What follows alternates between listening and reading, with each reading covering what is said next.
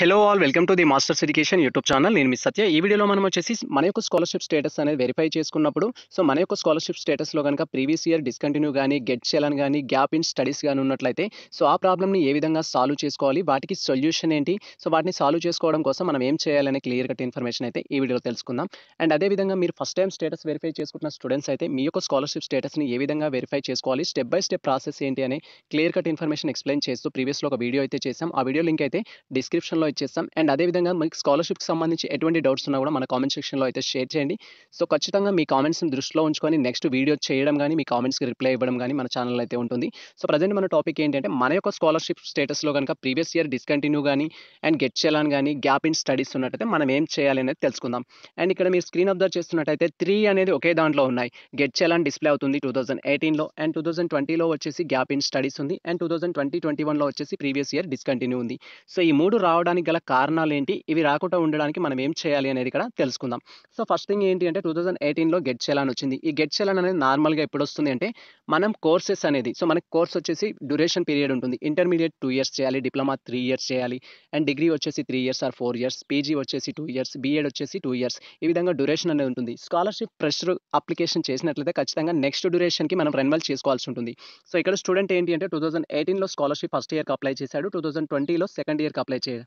Rule ప్రకారం ఏంటి, 18లో first year అయితే 19లో వచ్చేసి సెకండ్ ఇయర్ ఉండాలి. కానీ ఇక్కడ స్టూడెంట్ ఏంటి 18 to 20 అంటే 1 ఇయర్ గ్యాప్ అన్నా ఉండాలి, లేదా వీళ్ళు సెకండ్ ఇయర్ స్కాలర్షిప్ అనేది రెన్యువల్ చేసి ఉండలేదు.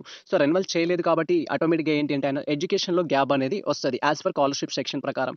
ఇలా వచ్చినప్పుడు మనం సెకండ్ ఇయర్లో స్కాలర్షిప్ అప్లై చేసుకోకుండా ఫైనల్ ఇయర్లో స్కాలర్షిప్ అప్లై చేసుకున్నప్పుడు ఏం చేయాలంటే 2020లో మీరు ఫైనల్ ఇయర్ అయినట్లయితే మీరు స్కాలర్షిప్ అప్లై చేసినప్పుడు స్కాలర్షిప్ అప్లికేషన్లో ఏ ఇయర్ అని అడుగుతుంది, అక్కడ థర్డ్ ఇయర్ అని మెన్షన్ చేయాలి. మీరు సెకండ్ ఇయర్ అప్లై చేయకపోతే దాన్ని వదిలేయాలి, దాంతో మనకు ప్రాబ్లం లేదు. మీరు డైరెక్ట్గా థర్డ్ ఇయర్ అని అప్లై చేయాలి. అండ్ నెక్స్ట్ మనం రెన్యువల్ చేస్తున్నాం కాబట్టి ప్రీవియస్ ఇయర్ బోనోఫైడ్స్ కానీ అవి ఇవి ఏం అడగవు. ఇక్కడ ప్రాబ్లమ్ మీకు క్లియర్గా ఉంటుంది. జస్ట్ మీరు పీరియడ్ అనేది చూస్ చేసుకొని అప్లై చేస్తే సరిపోతుంది. ఈ విధంగా చేసినట్లయితే మనకి ఇక్కడ గ్యాప్ ఇన్ స్టడీస్ రాదు, అండ్ అదేవిధంగా గెట్ చేయాలని అనేది రాదు. నెక్స్ట్ ప్రీవియస్ ఇయర్ డిస్కంటిన్యూ అనేది కూడా రాదు. ఇక్కడ వచ్చేసి ఫస్ట్ క్వశ్చన్కి మనకు ఆన్సర్ వచ్చేసింది. మన యొక్క డిగ్రీ అనేది ఎన్ని ఇయర్స్ అయితే ఉంటుందో అన్ని ఇయర్స్ స్కాలర్షిప్ కరెక్ట్గా అప్లై చేసి, అంటే డిగ్రీ ఫస్ట్ ఇయర్ అప్లై చేయాలి, డిగ్రీ సెకండ్ ఇయర్లో రెన్యువల్ చేయాలి, డిగ్రీ ఫైనల్ ఇయర్లో చేయాలి. ఇలా చేసినట్టయితే ప్రీవియస్ ఇయర్ డిస్కంటిన్యూ కానీ గ్యాప్ స్టడీస్ కానీ గెట్ చేయాలని కానీ రాదు. అండ్ ఇక్కడ ఫస్ట్ థింగ్ గెట్ చేయాలని ఎవరికి వస్తుంది, ఎవరు పే చేయాలి, ఎవరు పే చేయాల్సిన అవసరం లేదంటే గెట్ చేయాలని అనేది ఒక కోర్స్ అనేది డ్యూరేషన్ ఎంతైతే ఉంటుందో అది పీరియడ్ మొత్తం కంప్లీట్ చేసుకున్నట్లయితే ఇప్పుడు మనం చెప్పుకున్న విధంగానే first year second year third year ఈ 3 ఇయర్స్కి అప్లై చేసినట్లయితే మీకు నెక్స్ట్ కోర్స్కి అప్లై చేసేటప్పుడు గెట్ చేయాలని రాదు. ఇక్కడ మీరు 1 ఇయర్ గ్యాప్ ఇచ్చినా కూడా, అంటే 1 ఇయర్ అప్లై చేయకపోయినా కూడా ఖచ్చితంగా గెట్ చేయాలని వస్తుంది. మీరు సిమిలర్ కోర్స్ చేసినప్పుడు, అంటే ఇప్పుడు డిగ్రీ చేసి ఈక్వల్ డిగ్రీ చేసినప్పుడు, ఫర్ ఎగ్జాంపుల్ డిగ్రీ అనేది బీటెక్ చేశారు స్టూడెంట్ అనేవారు, బీటెక్ డిస్కంటిన్యూ అయ్యొచ్చు, మళ్ళీ డిగ్రీలో జాయిన్ అయ్యాడు.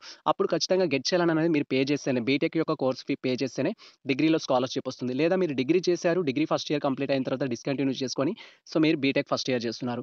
అప్పుడు ఖచ్చితంగా గెట్ చేయాలని వచ్చినట్లయితే మీరు పే చేయాలి. ఇక్కడ ఎగ్జాంపుల్ ప్రకారం ఏంటంటే స్టూడెంట్ డిగ్రీలో గెట్ చేయాలని ఉంది, బీఈడీ చేస్తున్నారు. వీరు పే చేయాల్సిన అవసరం లేదు.